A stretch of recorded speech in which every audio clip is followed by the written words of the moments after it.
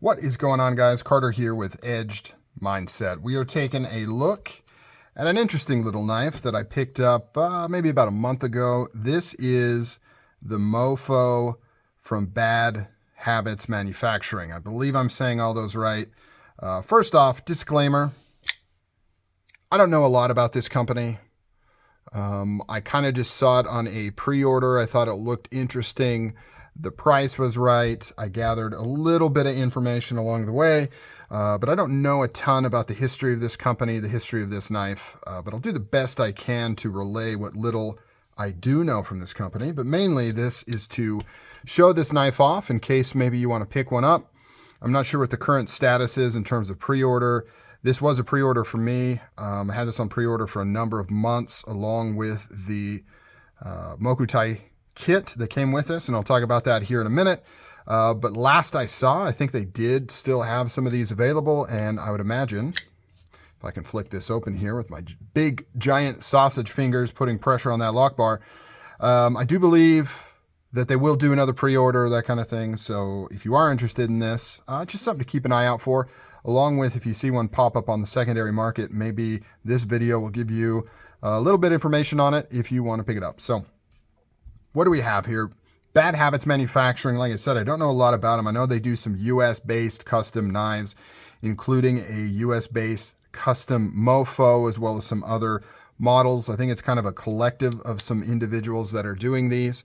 And this was their very first kind of outsourcing effort through a manufacturer partner in China. I almost said Japan. I don't know why I would say Japan. Through China, to make their kind of their more flagship medium-sized knife, which is the MoFo here. Speaking of which, let's grab some specs. Might as well while we're talking about it so you have an idea what you're looking at. So when we're talking about weight here, 4.5 ounces, so not too heavy. In fact, quite a bit lighter than I actually thought it was.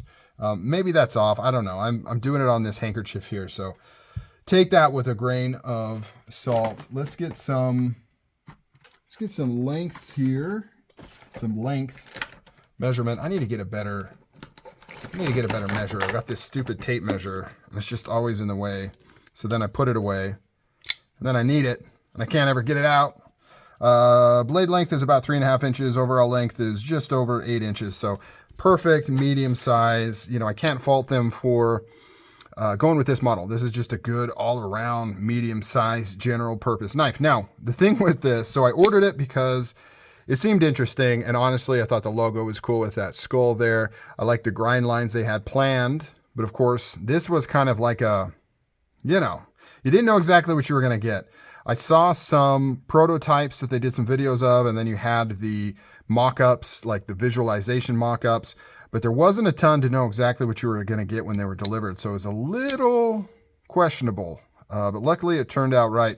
This version, they have drop point, they had the Tanto version, and then you could get all satin, all black, or this duotone. Obviously I went with the duotone, looks pretty cool. I'm not sure what this finish is. It seems like a paint. I could be wrong. Something similar to like Cerakote or something similar to what Microtech does on their normal non-DLC knives. Not completely sure. Oh, blade steel on this. I believe it's S30V, which is interesting. You don't see a lot of knives coming in S30V nowadays. Don't completely quote me on that, but I'm pretty sure that's what it was. It's not marked on the blade. Should have grabbed that before I did this video. But if I remember correctly, it was something somewhat odd like S30V, which great steel, classic, tried and true, but you just don't see it used as much nowadays, especially on overseas manufacturing. It's just not one that they typically do. It's almost always M390, it seems like. Titanium handle, titanium lock bar, insert, running on bearings, standard stuff. Titanium, well, this is a Mokutai pocket clip. Like I said, I bought the Mokutai kit. And what was cool about the kit is the price. It was $100, which is pretty low for a Mokutai kit. But it also came full, like more than you would normally get. So it has the back spacer, Mokutai right there, pocket clip, obviously. It has the collars for the pivot in Mokutai, and it came with thumb studs. You don't typically get these with thumb studs when you buy a Mokutai clip. And oftentimes they're not even offered, and when they are, they're kind of separate. So I thought that was cool. It was like $100 for the Mokutai clip, the Mokutai kit. The knife itself, I think, was like $300. So very, and you may still say that's way too high for Chinese-made knife, which is fair. But compared to what other companies, kind of these, you got to keep in mind though, this isn't like WE knives. This isn't Civivi, right? This isn't a huge direct offering from one of these companies. This is a small US designer who did a batch of these. So it's always going to cost more than kind of your standard Blade HQ, just go and buy some Chinese made titanium folder. It's always going to cost more because it's a limited run. It's a smaller batch. It's, bespoke to the company requesting these. Not as many are made. And so you're always going to pay a little bit more with this kind of knife, this kind of design house knife, whatever you want to call it. But compared to other similar design house knives from companies like Arcane,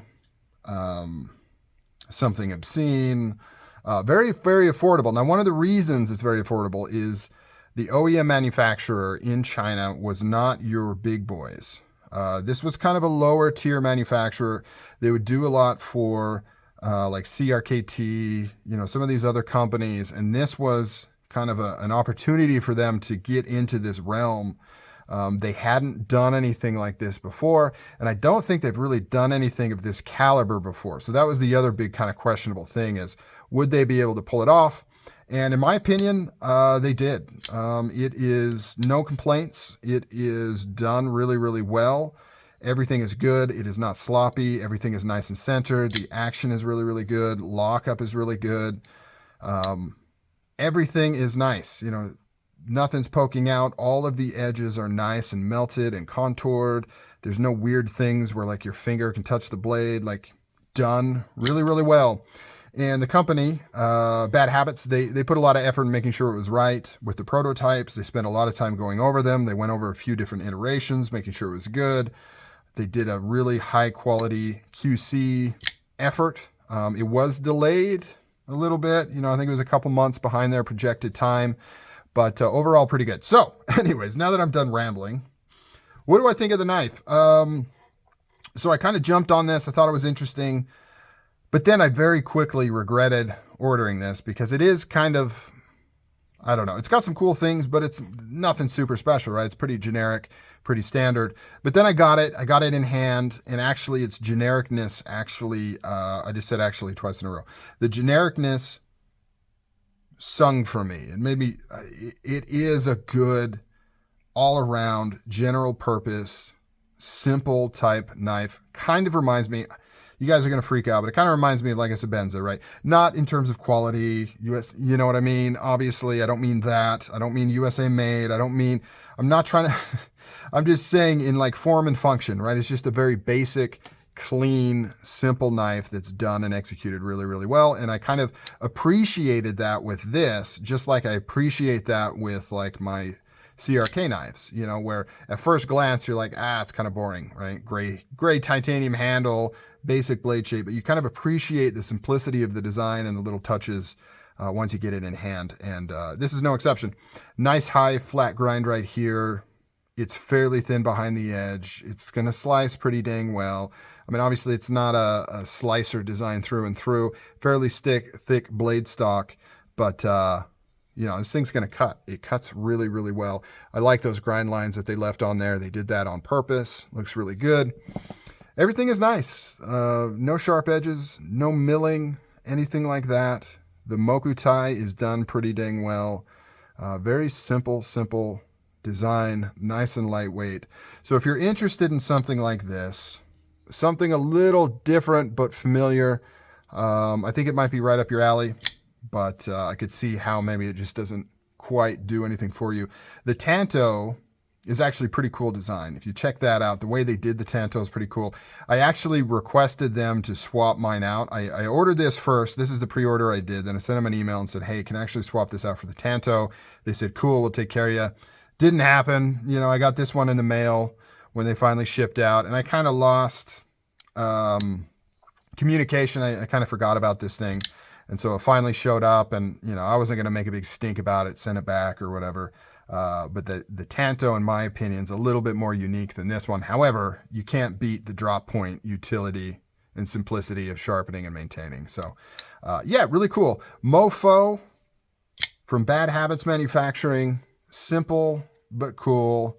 Nice little knife. Whether you want to get the American-made custom or one of these fairly affordable overseas-made knives, I think you can't go wrong with this one. All right, guys, let me know down below. What do you think of this guy?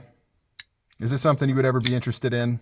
Or is it just another titanium frame lock that we've seen a million times over? Let me know down below what you think. I'll talk to you guys later. I'm out.